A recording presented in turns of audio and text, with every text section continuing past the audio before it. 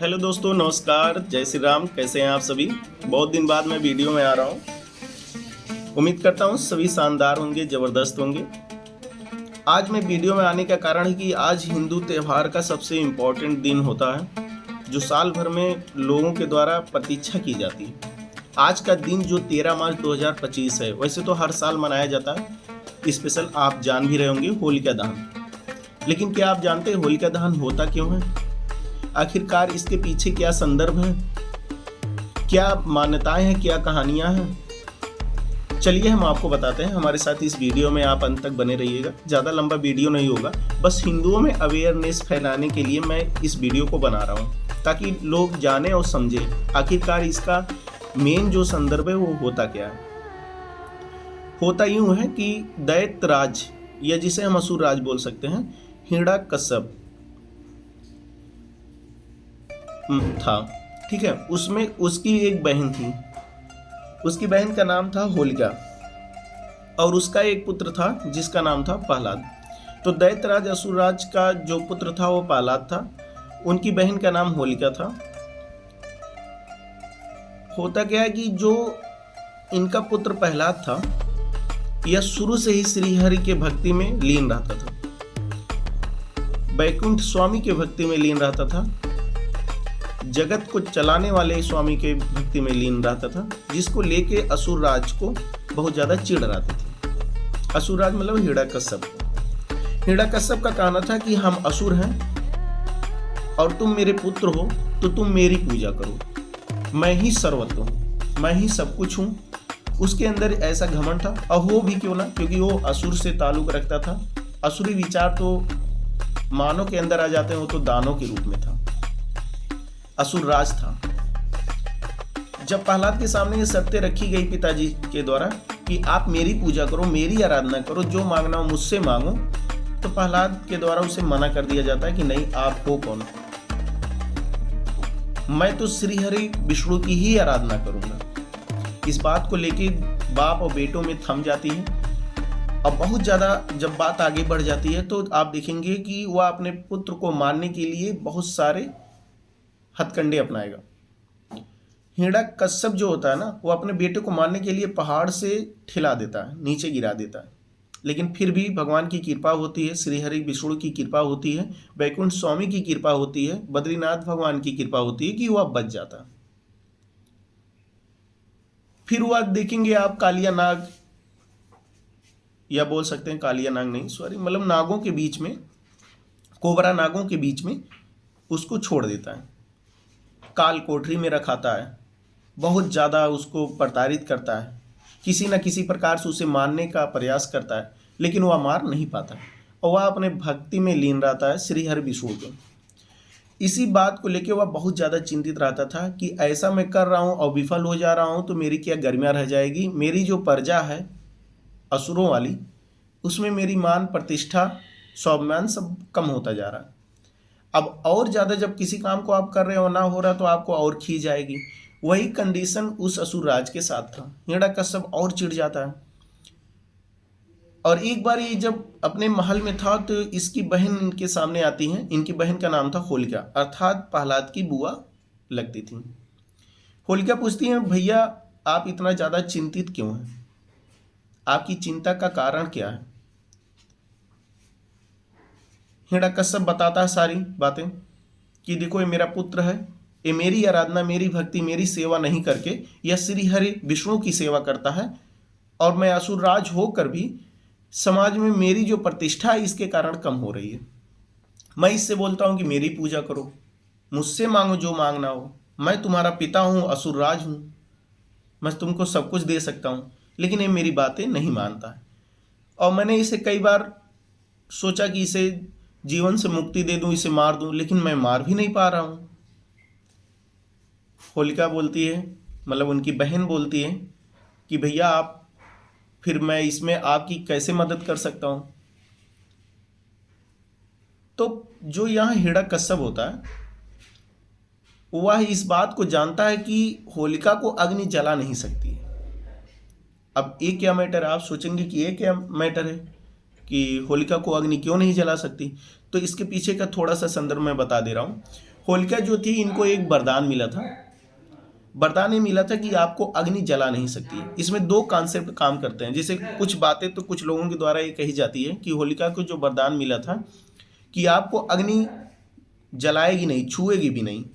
आप अग्नि में बैठे होगे लेकिन आप जलोगे नहीं। लेकिन कब? जब आप अच्छाई के साथ होगे। लेकिन जब आप बुराई के साथ ऐसे काम करोगे तो वही अग्नि आपको जला के राख कर देगी। दूसरा जो कॉन्सेप्ट होता है कि इनको जब आशीर्वाद के रूप में, वरदान के रूप में जो मिला था कि अग्नि जलाएगी नहीं, इनको एक कंबल मिला था, या बोल सकते हैं चादर मिला था। और यह जब भगवान त्रिदेव के द्वारा इन्हें प्रदान किया गया था। अब त्रिदेव में कुछ लोग ब्रह्मदेव का नाम लेते हैं, ब्रह्मा जी का नाम लेते हैं, और कुछ लोग शिव जी का नाम लेते हैं। बहरहाल इन त्रिदेव के द्वारा जो इनको कंबल मिलता है, ये बताया गया कि अगर आप अग्नि में इसको ओढ़ के बैठती हैं तो आपको अग्नि जलाएगा नहीं, या जो भी इस कंबल को ओढ़ के बैठेगा। तो इस कंबल को ये पाए थे, तो इस बात को जो इनका जो भाई था हिरण्यकश्यप भली भांति जानता था। उसने इसी बात का फायदा उठाया और होलिका से बोला कि मेरी प्रिय बहन, क्या तुम मेरी एक काम करोगी? तो होलिका बोलती है कि हाँ भैया बिल्कुल, आप मेरे भाई हो, मैं आपके लिए वो काम करूंगी, आप बोलिए क्या करना है। तो हिरण्यकश्यप बोलता है कि आपको अग्नि जला नहीं सकती है, ऐसा आशीर्वाद मिला है।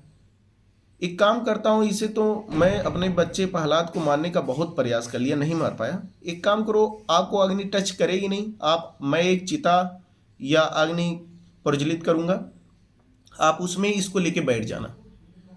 प्रहलाद जो है वो जल के राख हो जाएगा, मेरा काम भी हो जाएगा और आपको अग्नि छुएगी भी नहीं। इस बात को लेके कहा जाता है कि होलिका जो है राजी हो जाती है। लेकिन होलिका उस समय इस बात को भूल जाती है कि जो भी वरदान उसको मिला है वह जनहित के लिए मिला है, समाज के कल्याण के लिए मिला है, निजी स्वार्थ के लिए नहीं मिला। अर्थात अपने निजी स्वार्थ के लिए आप कोई भी चीज प्रयोग करोगे तो वह उल्टा ही होगा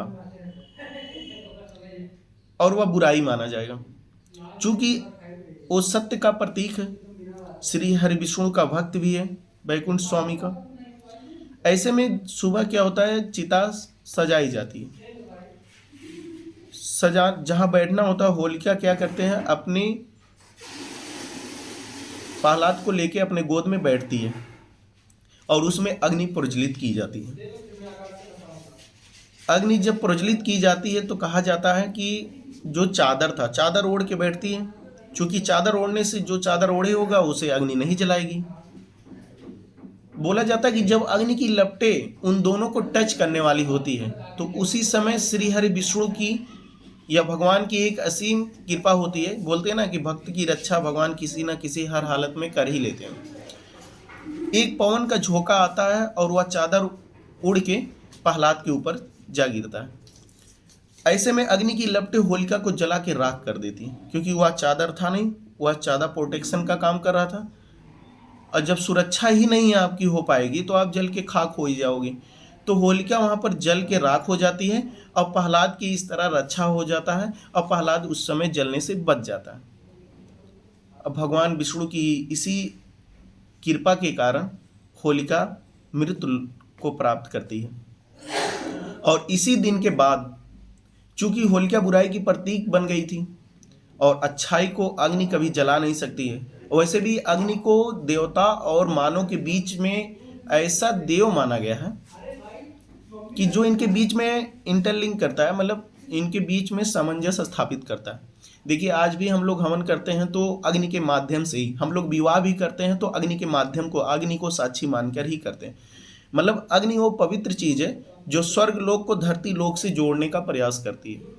और हम लोग अग्नि में कुछ आहुति डालते हैं तो उसका 1000 गुना वातावरण में फैलता है। तो मेरे कहने का मतलब ये था कि अग्नि जो है बुराई को जला देती है और प्रहलाद की रक्षा होता है। इसीलिए हर साल होलिका को जलाया जाता है और होलिका जला, और इसीलिए आप देखेंगे कि इसके बाद से अगले दिन खुशियां मनाई जाती है। जब ये बातें तेजी से उनके साम्राज्य में फैली कि होलिका जल के राख हो गई, उसको वरदान था फिर भी वह जल के राख हो गई और प्रहलाद बच गया, तो लोगों के अंदर जो असुरी प्रवृत्ति के लोग थे उनके भी अंदर दैवी गुण उत्पन्न होना शुरू हो गए। दैवी विचार से मतलब है कि सत्य की ओर बढ़ना, ऐसा विचार आना शुरू हो गया। और बाद में आप देखेंगे कि इसी बात को लेकर और खींच जाता है, इधर बहन भी चली जाती है और इसकी रक्षा हो जाती है। इसीलिए होलिका दहन हर साल मनाया जाता है और हम लोग प्रतीक रूप में, सांकेतिक रूप में होलिका दहन हर साल करते हैं।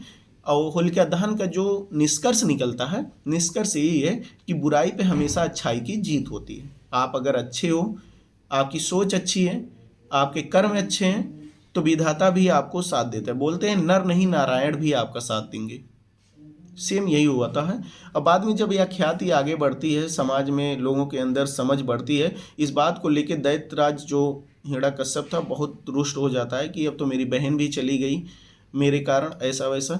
और बाद में और अत्याचार करने का प्रयास करता है। आप देखेंगे भगवान नरसिंह जो है अवतार लेंगे, उसके बाद इसका भी वध करेंगे। इस प्रकार से इसके पिता का भी वध होता है। ठीक है, तो कैसी लगी इसके पीछे के बारे में जो संदर्भ था होलिका दहन के, क्या आप लोग इसे जानते थे? अगर जानते थे तो बहुत अच्छी बात है, नहीं जानते हैं तो इस वीडियो को ज़्यादा से ज़्यादा लोगों तक शेयर कीजिए ताकि लोगों में अवेयरनेस फैले, लोगों में ये समझ आए, लोगों में ये चीज़ें समझ में आए कि क्यों मनाया जाता है। क्योंकि आजकल लोग क्या होता है ना कि बस बोल दें, तो वैसे तो बोलना नहीं चाहिए लेकिन वीडियो में बोल दे रहा हूँ कि भौकाल बनाने के चक्कर में कुछ भी कहते रहते हैं अनाप शनाप। लेकिन जो कॉन्सेप्ट है हमारे पूर्वजों द्वारा, उस कॉन्सेप्ट को समझिए। जब तक आप बेस को नहीं समझोगे तब तक आप देश को नहीं समझोगे, तब तक आप राष्ट्र को नहीं समझोगे, खुद को नहीं समझोगे और देश के प्रति कभी समर्पित भी नहीं रहोगे। अपनी भावनाओं की कद्र करना नहीं सीखोगे, लोगों का सम्मान करना नहीं सीखोगे, तो फिर आप जान नहीं पाओगे। आपको इस बात का घमंड नहीं होना चाहिए कि नहीं मैं जानता हूँ और जानते कुछ नहीं हूँ। ठीक है, नमस्कार।